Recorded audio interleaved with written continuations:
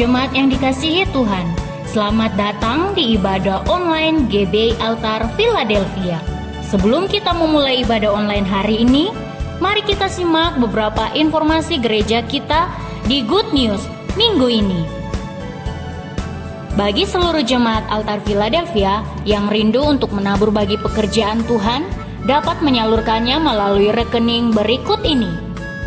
Untuk persembahan korban syukur dan perpuluhan, Bapak Ibu Saudara dapat mentransfer ke Bank Permata atas nama GBI Altar Philadelphia di nomor 090-110-9400. Bagi Bapak Ibu Saudara yang telah mentransfer, dapat mengirim bukti transfer ke WhatsApp Bapak atau Ibu Gembala di nomor 0818 0831 1253.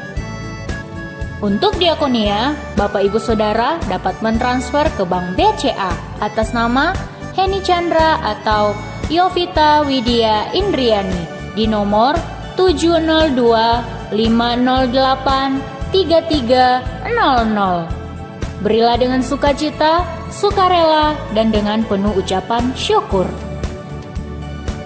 Mari ajak anak Bapak Ibu Saudara untuk mengikuti ibadah Star Kids setiap hari Minggu pukul 13.00 waktu Indonesia Barat.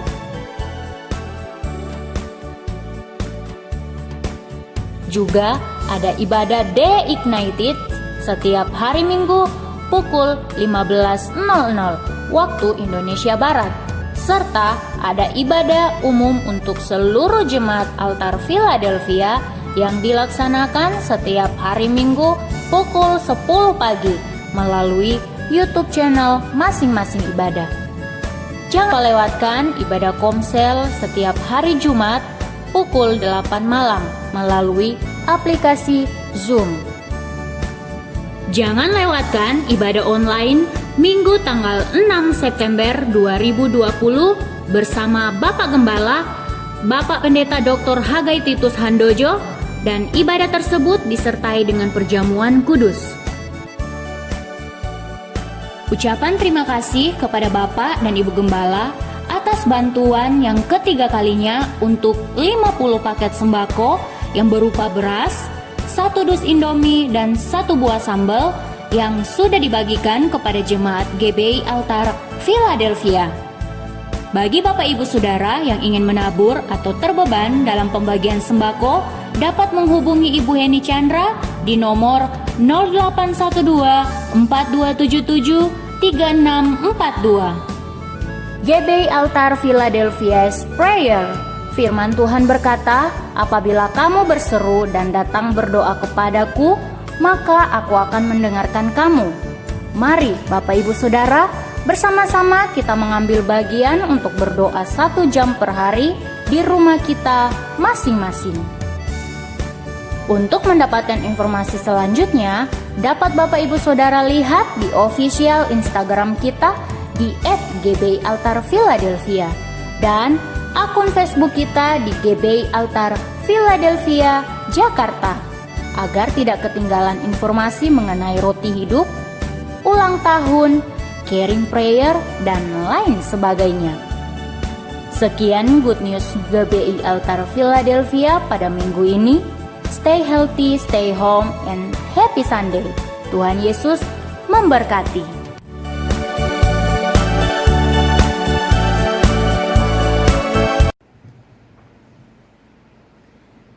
Shalom Bapak Ibu yang dikasihi dan diberkati Tuhan. Senang sekali di hari Minggu yang berbahagia ini kita dipertemukan kembali lewat ibadah online GBI Altar Philadelphia, Jakarta. Saatnya kita persiapkan hati dan pikiran kita untuk memuji dan memuliakan nama Tuhan. Kita akan masuk dalam ibadah. Mari kita duduk diam dan sambil merenungkan akan firman Tuhan. Nanti kita akan dengarkan bersama. Kita tenangkan hati dan pikiran kita untuk menyambut ibadah pada pagi hari ini.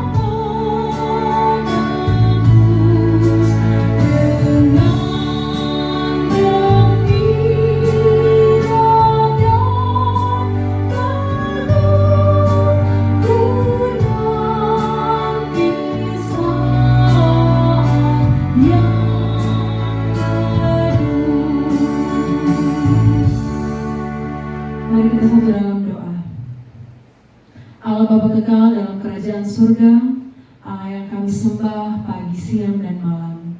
Tak putus-putusnya kami bersyukur kepadamu Tuhan, atas hari yang baru, hari yang indah Engkau berikan bagi kami bersama-sama memuji dan memuliakan nama Tuhan. Persiapkan hati dan pikiran kami Tuhan, masuk lebih jauh lagi dalam peribadatan di pagi hari ini. Kami siap untuk memuji dan memuliakan nama Tuhan. Kami mau buka ibadah di hari Minggu ini dalam nama Tuhan Yesus. Amin.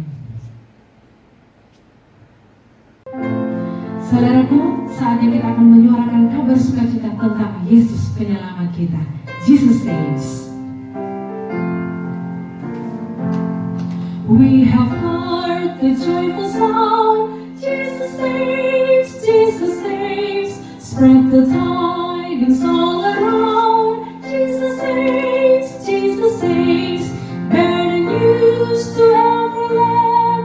Climb the mountains, cross the waves. Onward is our Lord's command. Jesus saves, Jesus saves.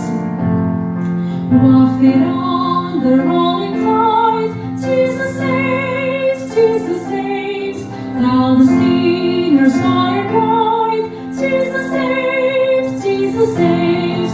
Sing you islands of the sea, echo make you ocean caves. Birds will keep her jubilee. Jesus saves, Jesus saves. Sing above the battle's rise, Jesus saves, Jesus saves. By His death and endless life, Jesus saves, Jesus saves.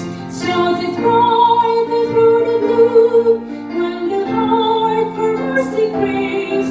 Sing with joy immortal tongue, Jesus saves, Jesus saves.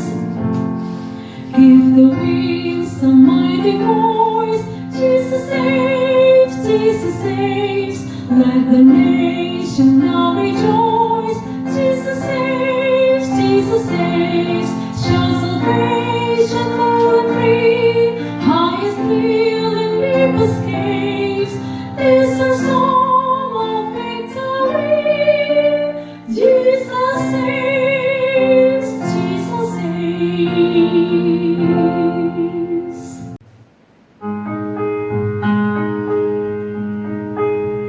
Oh Lord, my God, when I in awesome wonder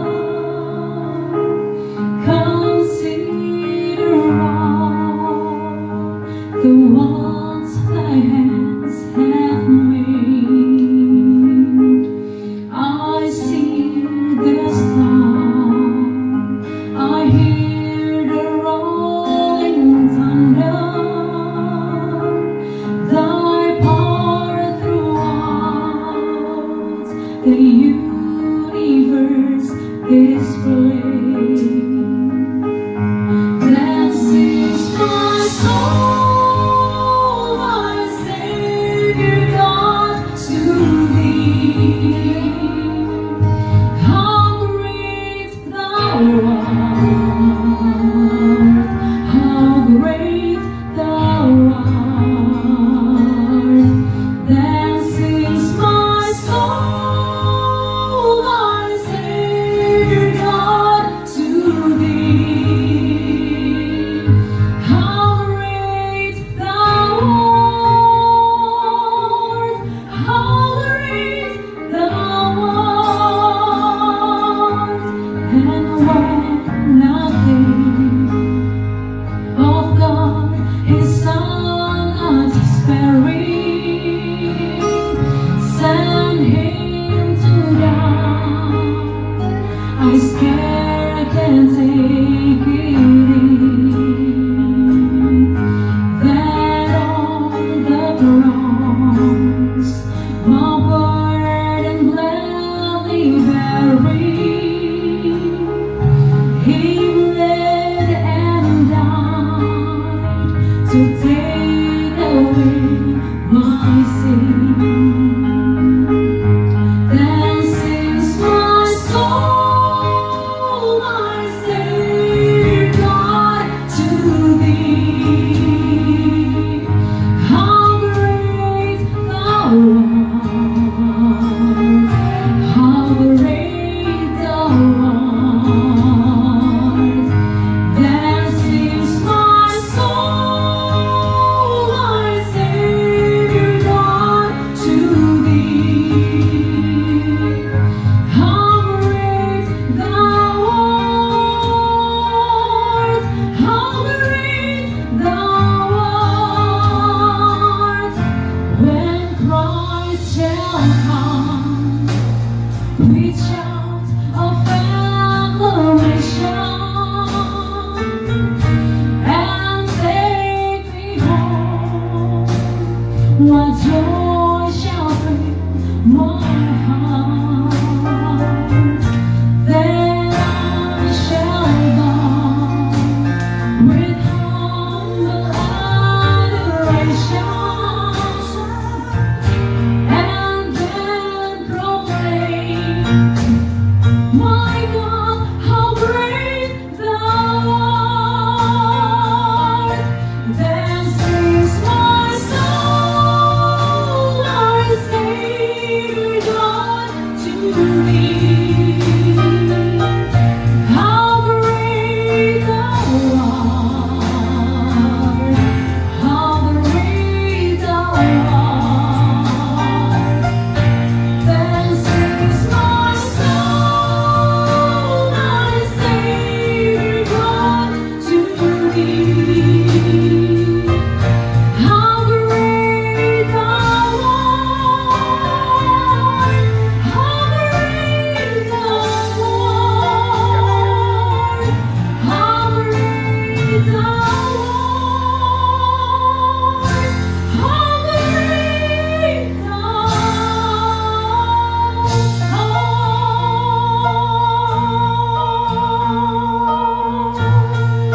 Beri kemuliaan buat nama Tuhan.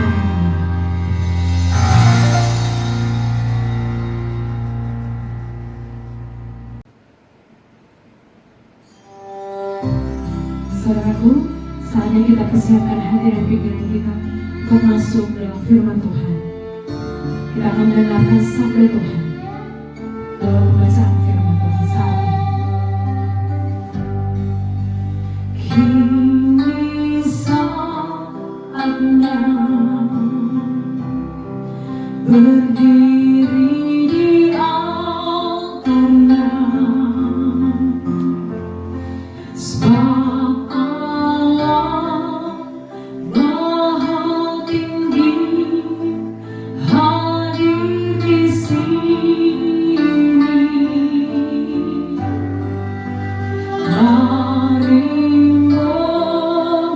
suci, angkat tangan menyembah, sebab Allah Maha Tinggi hadir di sini. Kita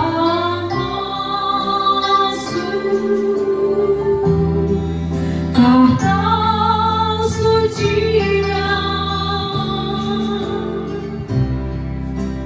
bersama para malaikat menyembah.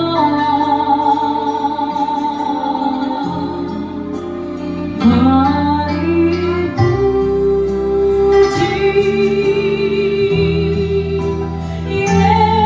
Yesus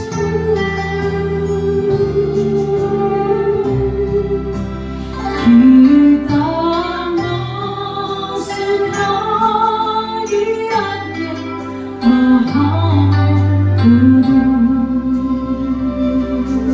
Kudus. Mari kita satu dalam doa. Tuhan Bapa yang kekal dalam kerajaan surga, saatnya kami akan mendengarkan firman Tuhan. Kau membuka hati dan pikiran kami Tuhan, mampukan kami mendengar, mampukan kami memahami.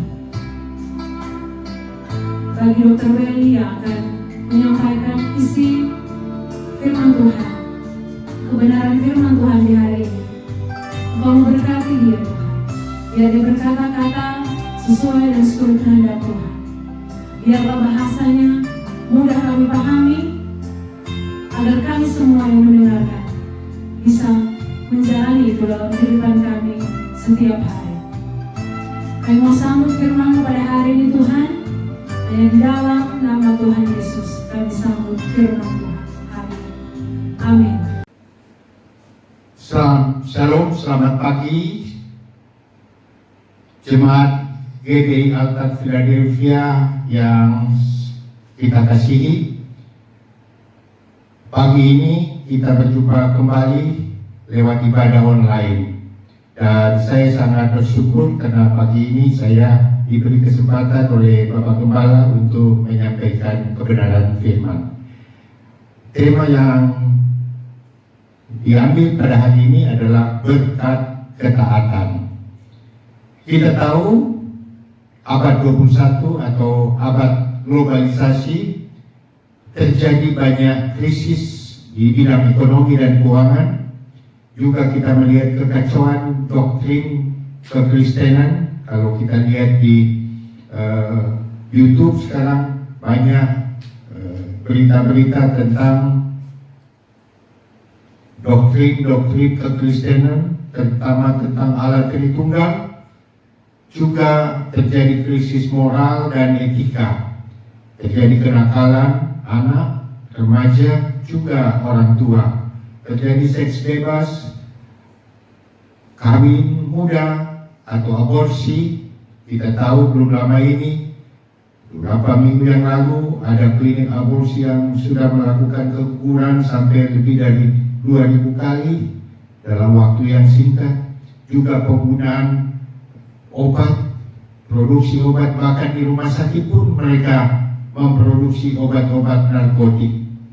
Dan tentu saja akibat daripada segala persoalan terjadi banyak perceraian, kekerasan rumah tangga, juga hal-hal kriminal. Dan diperberat lagi dengan situasi pandemi COVID-19 yang sampai hari ini masih belum ditemukan obat yang tepat, juga vaksin yang masih dalam masa uji coba. Kita berharap vaksin ini akan dapat kita gunakan pada awal tahun depan, sehingga minimal lebih dari 50% masyarakat kita bisa memperoleh vaksin, sehingga dengan demikian infeksi COVID-19 bisa dicegah atau diturunkan penularannya. Nah, kita sebagai anak-anak Allah karena beriman kepada Kristus. Yohanes 1 ayat 12 berbicara semua orang yang menerima Yesus sebagai Tuhan dan Juru Selamat diberinya kuasa untuk menjadi anak-anak Allah, yaitu mereka yang percaya dalam namanya. Berarti karena kita percaya kepada Yesus, kita beriman kepada Yesus, maka status kita berubah. Status kita sekarang adalah anak-anak Allah. Nah, sayangnya anak-anak Allah tidak langsung dibawa oleh Allah ke surga yang mulia, tetapi masih tinggal di dalam dunia yang saya katakan tadi penuh dengan kekacauan, penuh dengan kriminalitas, kekerasan, dan tidak nyaman. Jadi Filipi 3 ayat 20 dan 21, kita menjadi warga negara surga. Kita menjadi warga negara surga berarti kita punya hak untuk satu saat diam di surga bersama-sama dengan Tuhan Yesus Kristus sebagai Juru Selamat kita. Yang pada saatnya kita akan mengalami perubahan tubuh kita yang hina ini menjadi serupa dengan tubuh Kristus yang mulia, yang menurut kuasanya yang dapat menaklukkan segala sesuatu kepada dirinya. Jadi kita ini masih sebagai musafir hidup di dalam dunia yang fana ini. Nah, ketika kita membaca Matius 11 ayat 28, Tuhan bilang, marilah kepadaku kami yang letih lesu beban berat, aku memberi kelegaan kepadamu. Maka perkataan ini tentu sangat menyenangkan bagi kita. Apapun permasalahan kita berikan, serahkan kepada Tuhan. Biarlah Tuhan yang bekerja bersama-sama tentu dengan kita untuk menyelesaikan segala kesukaran, segala permasalahan yang kita hadapi. Sebab itu Matius 11 ayat 29 dan 30 berkata, kita pikul kuk yang Tuhan bilang, pikulah kuk yang kupasang dan belajarlah kepadaku, karena aku lemah lembut dan rendah hati, dan jiwamu akan mendapat ketenangan. Sebab kuk yang kupasang itu enak dan bebanku pun ringan. Tentunya kita berpikir, kok pasang kuk itu enak? Enak kenapa? Kita pikul bersama-sama dengan Kristus. Jadi Kristus Maha Kuasa, maka pasti tidak berat buat kita, pasti enak buat kita. Nah, kalau kita melihat alat pajak ini, ada dua biasanya lembu yang dipasang. Biasanya yang muda dipasang dengan yang sudah pengalaman, sehingga kalau yang muda ini mau lari cepat ditahan sama yang sudah senior, yang lebih tua. Begitupun kalau kita lihat lembu yang muda ini mau diam aja, tentunya ditarik oleh yang sudah tua. Sehingga kita belajar daripada yang sudah senior ini. Jadi itulah yang dimaksud, kita mengikuti keteladanan dari Tuhan kita Yesus Kristus. Sebagaimana Tuhan kita sudah mampu mengalahkan maut, Dia mampu mengatasi segala cobaan, maka kita ikut keteladanan Yesus yang selalu berlandas pada firman Tuhan, tidak mengalami kesulitan. Dan walaupun apapun yang terjadi, maka Roh Kudus selalu akan menolong kita. Nah, Tuhan bilang syarat mengikut Yesus yaitu kita harus sangkal diri dan pikul salib. Matius 16 ayat 24. Yesus berkata kepada murid-muridnya, setiap orang yang mau mengikut aku, ia harus menyangkal dirinya, memikul salibnya, dan mengikut aku. Ini sudah saya bahas pada bulan yang lalu secara lengkap. Jadi Sangkal diri artinya kita merendahkan diri, tidak mementingkan kepentingan diri, tetapi mementingkan atau mengutamakan kepentingan spiritual kita, ikut bersama dengan Tuhan. Nah, bagaimana solusinya agar perjalanan hidup kita sebagai musafir ini di tengah-tengah dunia yang masih kacau balau ini bisa berjalan dengan sukses, berjalan sesuai dengan yang Tuhan inginkan? Nah, ini yang mau kita pelajari bersama pada pagi hari ini. Saya ajak kita membaca bersama-sama Mazmur pasal yang ketiga ayat 1 sampai ayat yang ke-6. Hai anakku, janganlah engkau melupakan ajaranku, dan biarlah hatimu memelihara perintahku, karena panjang umur dan lanjut usia serta sejahtera akan ditambahkannya kepadamu. Jadi Tuhan bilang kita harus renungkan firman Tuhan itu setiap saat, supaya kita ingat ajaran Tuhan, kita aminkan itu. Jadi itu menjadi peringatan supaya kita bisa berjalan sesuai dengan yang Tuhan mau. Jadi merenungkan atau baca firman Tuhan, kita berarti bertanya, memohon petunjuknya, apa yang Tuhan inginkan untuk kita lakukan, bukan minta restu Tuhan apa yang sudah kita rencanakan akan kita lakukan.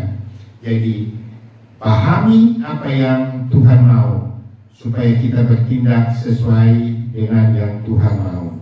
Sikap dan tindakan perbuatan kita harus selaras, dan Roh Kudus inilah atau Roh kebenaran akan memimpin kita supaya kita berjalan seturut dengan yang Tuhan mau. Nah, di dalam beberapa seminar yang pernah saya ikuti, pertanyaannya bagaimana kita meningkatkan pemahaman kita atau kepekaan kita untuk bisa menerima petunjuk Roh Kudus. Tentunya caranya adalah kita harus berdiam diri, renungkan firman Tuhan. Kita jangan terlalu sibuk, sebab kalau terlalu sibuk, saya ambil contoh, kalau kita punya zaman dulu punya parabola kalau untuk menerima siaran. Jadi kalau parabola itu bergeser atau bergoyang, maka gambar di TV itu nggak jelas. Begitu juga kalau kita terlalu sibuk dengan kegiatan-kegiatan fisik kita, dengan pikiran-pikiran yang duniawi, maka otomatis kita tidak mampu untuk menangkap apa yang Tuhan mau. Kepekaan kita akan berkurang. Begitu juga kalau kita lihat sekarang stasiun TV ada begitu banyak. Kalau pakai TV, kadang-kadang arahnya di satu sisi bagus, sisi yang lain tidak jelas. Tetapi kalau kita arahkan antena kita ke TV yang benar-benar yang kita mau, maka tentunya kita akan mendapat gambar yang jelas. Begitu juga tuntunan Roh Kudus. Karena kalau Roh Kudus itu di zaman perjanjian lama, ada nabi yang mungkin akan memperkatakan, memberi petunjuk kepada kita. Tetapi di zaman anugerah ini, setiap orang sudah diberi Roh Allah ketika kita percaya. Tinggal Roh Allah yang diam dalam diri kita, apakah kita mampu untuk berkomunikasi dengan Roh kita. Kalau Roh kita mencari Roh Allah, maka pasti kita akan mampu untuk mendengar apa yang Tuhan mau. Nah, dikatakan bahwa panjang umur dan lanjut usia serta sejahtera akan ditambahkannya kepadamu. Saya beri contoh di dalam makanan yang kita konsumsi. Di dalam Imamat 11 lewat Musa sudah diberi petunjuk, ada makanan-makanan yang tidak diperkenankan. Nah, termasuk yang menjadi banyak kesukaan kita, orang bilang B2 ya. Nah, itu sebenarnya masuk dalam kitab Imamat 11, juga unta, juga kodok, ya, ular. Nah, kelinci, ini binatang-binatang yang tidak Tuhan kehendaki. Kalau di Sulut, Sulawesi Utara itu ada burung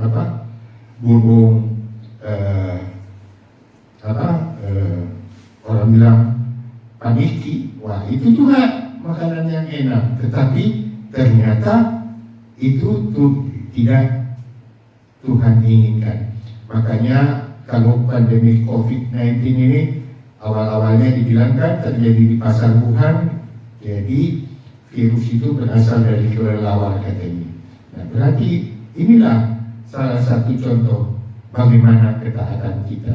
Jadi jangan, misalnya saya pernah mendengar ada hamba Tuhan yang katakan, oh ketika ditanya kenapa sekarang makan babi boleh, lalu dia bilang, oh itu kan Tuhan pernah bilang bahwa apa yang dinyatakan halal oleh Allah tidak boleh engkau nyatakan haram. Maka di dalam hal ini dia mengambil dari Kisah Rasul 10 pasal 15b. Nah, tapi sesungguhnya ayat ini adalah berbicara ketika Rasul Petrus sedang berada di Yope, lalu dia sedang menunggu makan siang, lalu tiba-tiba dia melihat ada satu gambaran turun dari atas, di tembok ada gambar binatang-binatang. Dan sebenarnya yang dimaksudkan ini adalah bahwa Rasul Petrus disuruh untuk nanti pergi ke siapa?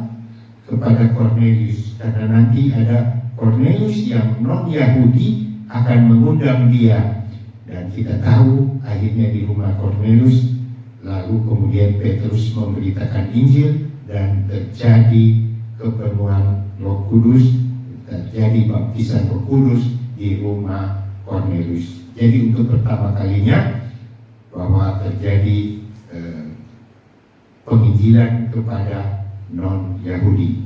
Jadi jangan kita berpikir seperti ada gembala yang mengatakan, oh zaman dulu tidak boleh makan pagi karena obat kolesterol belum ada. Tetapi sebetulnya banyak hal yang kadang-kadang kita belum paham, dan padahal Tuhan sudah lebih tahu.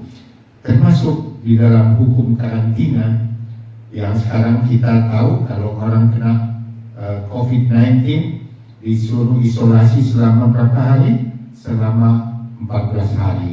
Itu tidak lain adalah aturan yang disampaikan oleh Musa ketika terjadi penularan sampar dan kusta. Jadi bayangkan, si Musa sudah diberitahu bahkan sebelum Anthony van Leeuwenhoek menemukan mikroskop untuk melihat kuman, dia sudah mampu membedakan penyakit kusta dan penyakit panu. Ini kita bisa baca di dalam Imamat 13 dan 14.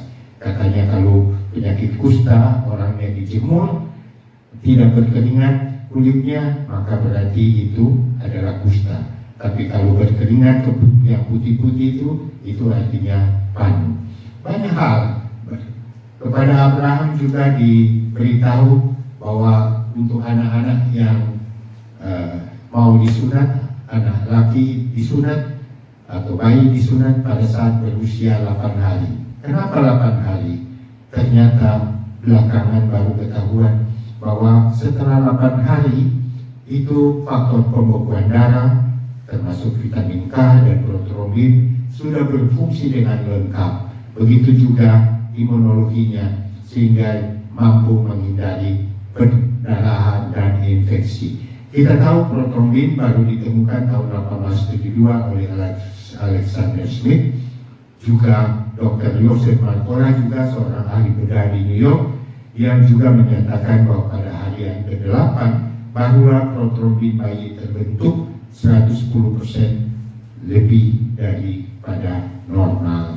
Jadi bukti yang lain kebenaran firman Tuhan, Yakub kita sebut dia sebagai penemu hukum genetika, jadi bukan Mendel.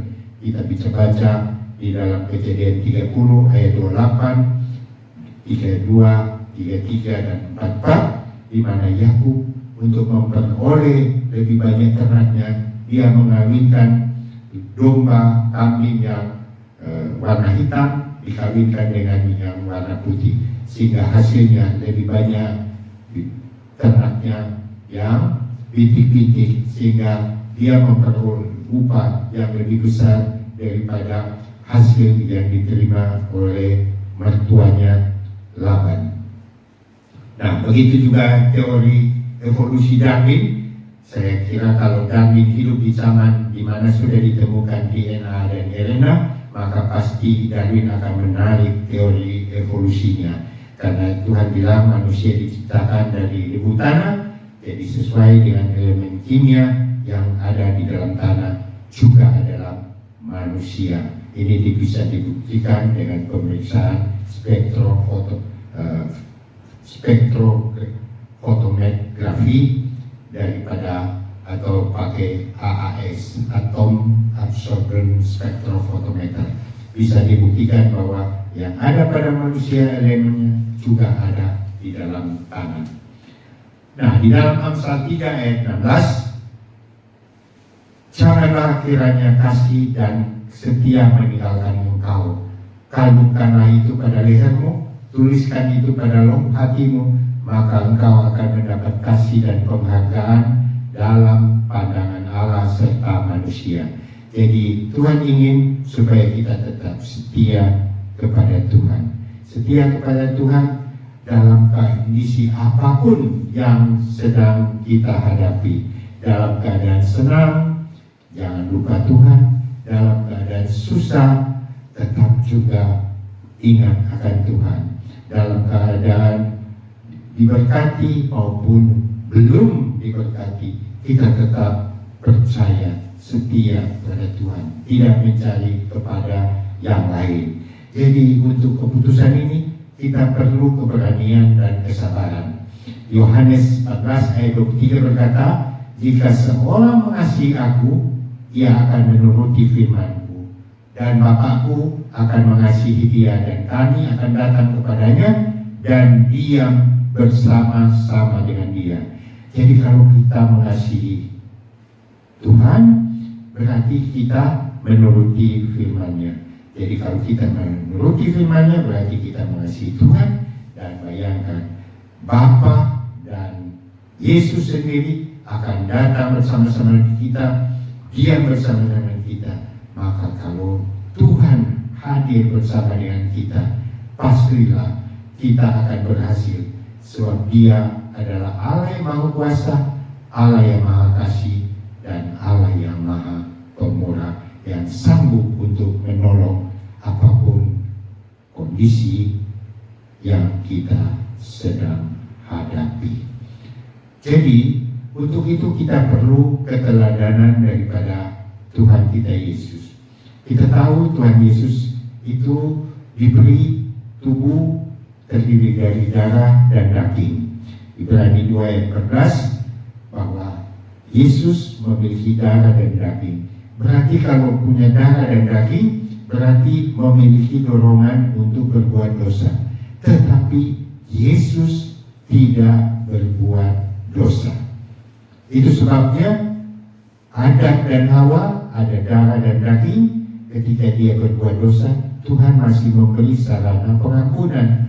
Sangat berbeda dengan malaikat. Ketika malaikat melawan Allah, tidak setia kepada Allah, maka bagi malaikat yang tidak memiliki darah dan daging, maka malaikat itu tidak lagi ada sarana pengampunan. Jadi itulah yang menjadi pegangan bagi kita, bahwa Yesus itu sekalipun memiliki darah dan daging, tetapi Dia tidak berbuat dosa.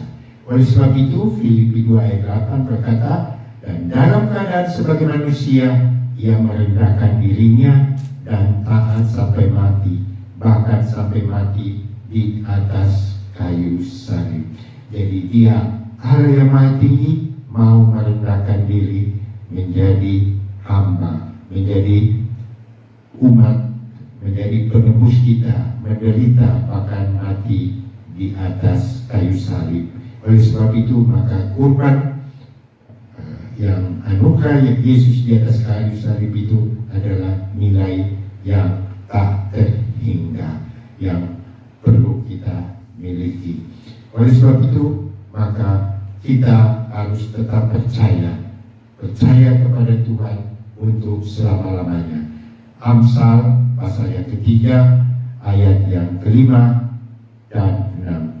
Percayalah kepada Tuhan dengan segenap hatimu dan janganlah bersandar kepada pengertianmu sendiri.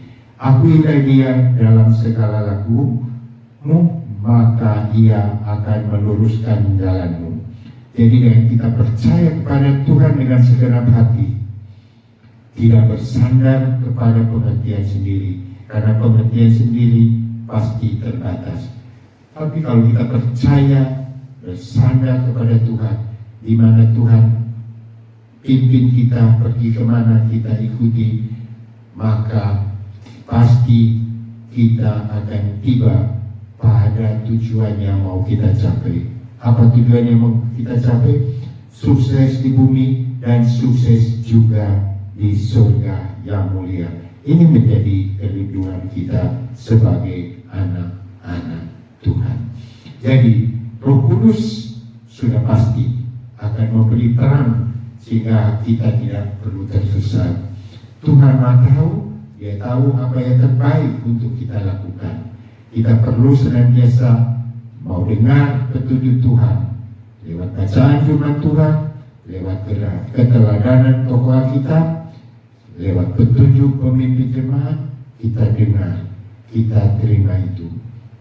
Lalu yang demikian, maka Dia akan meluruskan jalanmu dengan cara memberi petunjuk dan melindungi kita. Itu sebabnya Matius pasal yang ke-6 ayat 33 berkata, carilah dahulu kerajaan Allah dan kebenarannya. Jadi kerajaan Allah dan kebenarannya, maka semuanya itu akan ditambahkan kepadamu. Jadi ini menjadi pokok renungan kita. Ya, tadi beberapa waktu yang lalu di dalam konser Ibu Ramel juga berkata di dalam Mazmur pasal yang pertama, seperti pohon tertanam di tepi aliran air, maka dia menghasilkan buah karena dia memperoleh kasih pemeliharaan Tuhan daripada pohon itu akan menghasilkan banyak buah karena memperoleh aliran air hidup. Mazmur 23 yang keempat berkata, sekalipun aku berjalan dalam kekelaman, aku tidak takut bahaya, sebab Engkau besertaku, gadamu dan tongkatmu itulah yang menghibur aku. Ayat ini bilang berjalan dalam lembah kekelaman. Sebetulnya lebih tepat berjalan melalui lembah kekelaman, karena berarti kita hanya melewati lembah kekelaman, tidak dalam kekelaman terus menerus. Sebab dia takut, seperti domba itu ada tongkat. Tongkat itu gunanya untuk apa? Untuk kalau domba itu tersesat ditarik oleh gembalanya.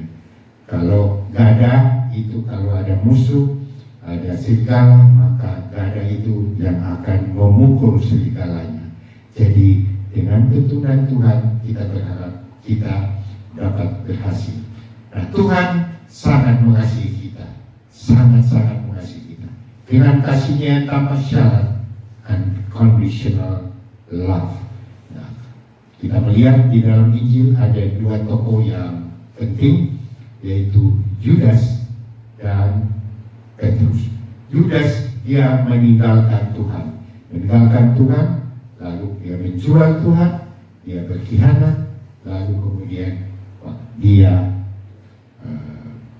menyesal, tetapi dia kemudian gantung diri dan tidak kembali kepada Tuhan. Tetapi ada juga tokoh yang kedua, namanya Petrus. Ini tokoh yang fenomenal, karena pertama ketika Tuhan tanya, siapakah aku?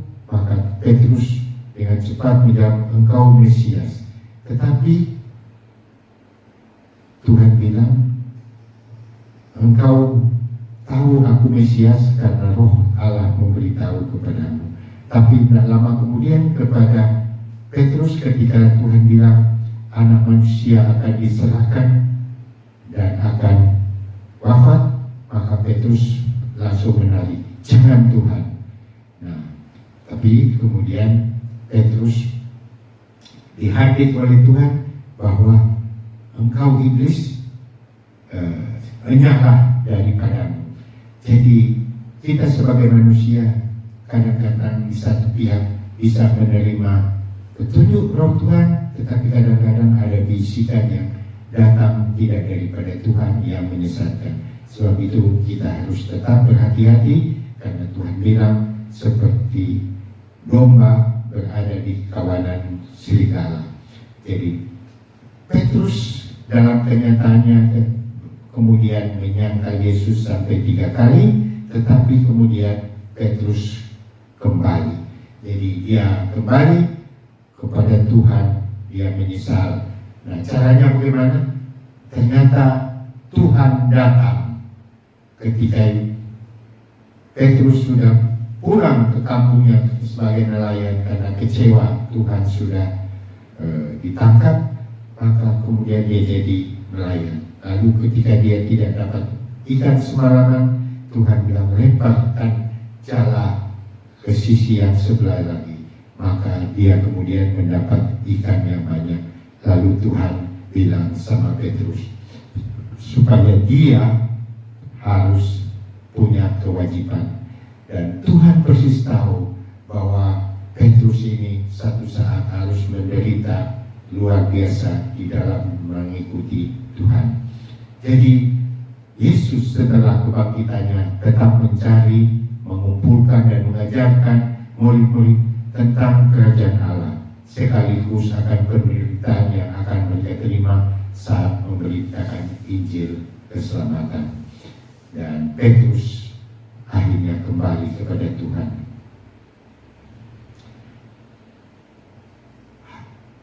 Minggu yang lalu kita mendengar Pak Gembala juga dalam ibadah online mengatakan bahwa kalau kita sudah hidup baru, maka kita perlu menanggalkan sifat tabiat buruk kita supaya kita bisa berjalan sesuai dengan yang Tuhan mau.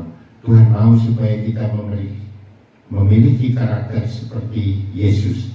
Memiliki karakter seperti Yesus berarti kita menghasilkan buah. Nah, sekarang banyak anak-anak Tuhan bukan berupaya untuk menghasilkan buah roh, tetapi lebih ingin supaya memiliki karunia roh. Padahal karunia roh itu adalah pemberian Tuhan, sedangkan buah roh itu adalah hasil karya kita. Jadi Tuhan nantinya tidak menilai berapa banyak yang kita miliki karunia roh, tetapi berapa besar buah roh yang kita hasilkan dalam kehidupan kita. Jadi akhirnya kita melihat Rasul Petrus kemudian mau melayani Tuhan dengan luar biasa. Kita perlu memiliki kasih yang tidak terbatas. Ya, kita tahu Petrus ditanya Tuhan, dia bilang, Simon anak Yohanes, apakah engkau mengasihi aku lebih daripada mereka ini? Jadi perkataan mengasihi ini adalah perkataan agape. Tetapi kemudian Petrus berkata, benar Tuhan, engkau tahu bahwa aku mengasihi engkau.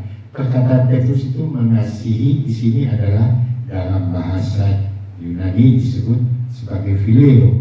Jadi kasih yang terbatas. Sedangkan Tuhan tetap mengasihi dengan kasih yang tidak terbatas. Tuhan bilang, mengasihi aku, gembalakanlah domba-dombaku. Yohanes 21 ayat 15 dan 19. Jadi akhirnya prinsip kalau kita sudah diberkati, kita perlu menjadi berkat, memberi kepada Tuhan dan kepada sesama dengan penuh ucapan rasa syukur. Apalagi di saat-saat pandemi seperti saat ini, kita melihat, kalau kita melihat ke atas, kita merasa banyak kekurangan. Tapi kalau kita melihat ke bawah, maka kita melihat banyak orang yang perlu kita bantu. Jadi kita harus perlu rasa empati dan tindakan untuk melayani juga sesama kita, terutama di jemaat kita yang penting. Jadi prinsip di dalam perjanjian lama kita tahu kalau kita taat kita diberkati. Tetapi di dalam perjanjian baru kita diberkati dulu dengan kasih anugerah Tuhan, dan setelah menerima berkat anugerah Tuhan baru kita diminta supaya taat, supaya tetap setia lakukan apa yang Tuhan kehendaki untuk kita lakukan. Jadi rumusnya, beri maka kepadamu akan diberi, lebih berkat memberi daripada menerima. Jadi berarti kita mau berkorban untuk Tuhan. Karena berkorban untuk Tuhan di dalam Matius 19 ayat 29 kita akan menerima kembali 100 kali lipat plus memperoleh hidup yang kekal. Jadi ini yang menjadi kerinduan kita, dan kita akan masuk dalam doa syukur, doa syafaat. Kita akan mendengar satu pujian dari Dewi.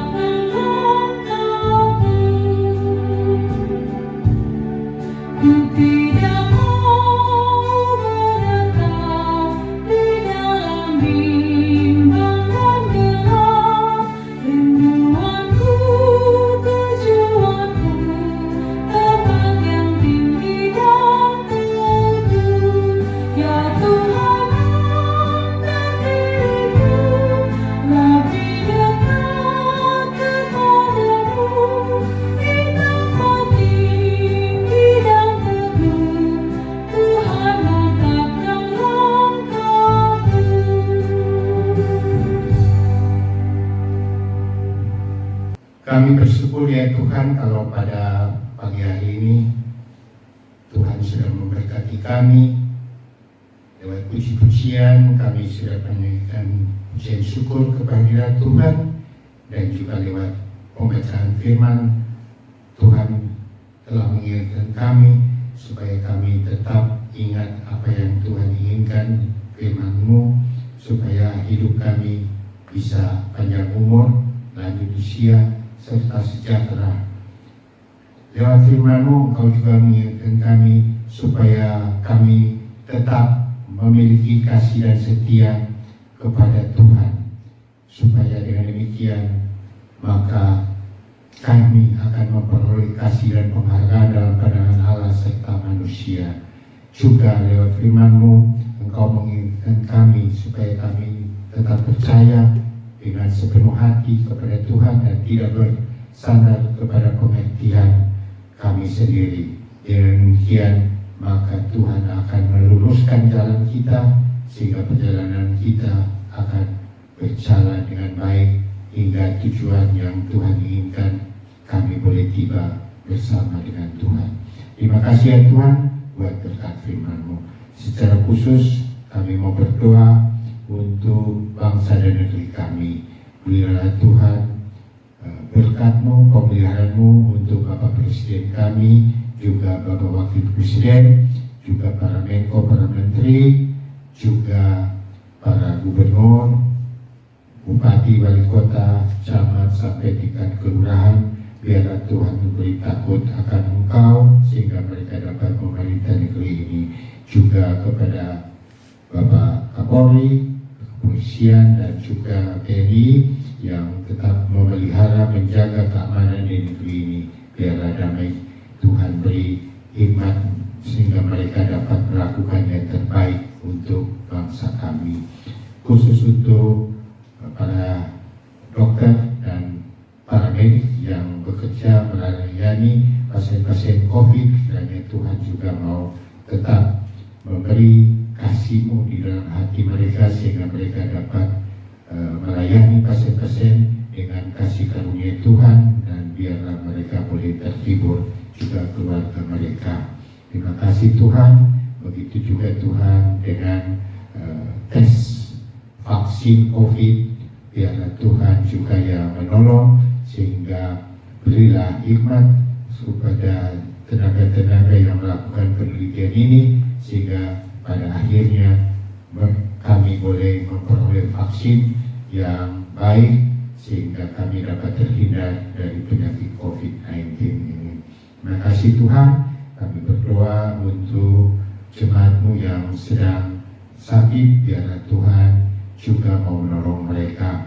Begitu juga ya Tuhan, yang kekurangan Tuhan buka jalan, yang masih belajar lewat online, Tuhan juga beri hikmat, dan biarlah Tuhan semuanya boleh berhasil. Kami juga tetap berdoa untuk hamba-Mu, Bapak Gembala kami, Pendeta Dr. Hagai Titus Handoyo bersama Ibu yang masih di Singapura. Tuhan kiranya mau pelihara dia supaya dia tetap sehat dan pada waktunya boleh bersama-sama dengan kembali dengan kami untuk melayani pekerjaan-Mu di tempat ini. Terima kasih Tuhan, terima kasih Yesus. Kalau nanti kami akhiri, biarlah Tuhan Engkau pertemukan kami pada minggu yang akan datang, juga pada pelayanan komsel setiap hari Jumat. Terima kasih Tuhan, di dalam nama-Mu yang kudus, Kristus Yesus. Sekarang saudaraku yang kekasih di dalam Tuhan, terimalah berkat dan anugerah daripada Allah Bapa, kasih sayangnya Tuhan kita Yesus Kristus, persekutuan Allah Roh Kudus kiranya menyertai saudara sekalian mulai saat ini sampai Maranatha. Yesus kembali di awan-awan menjemput kita sebagai gerejanya.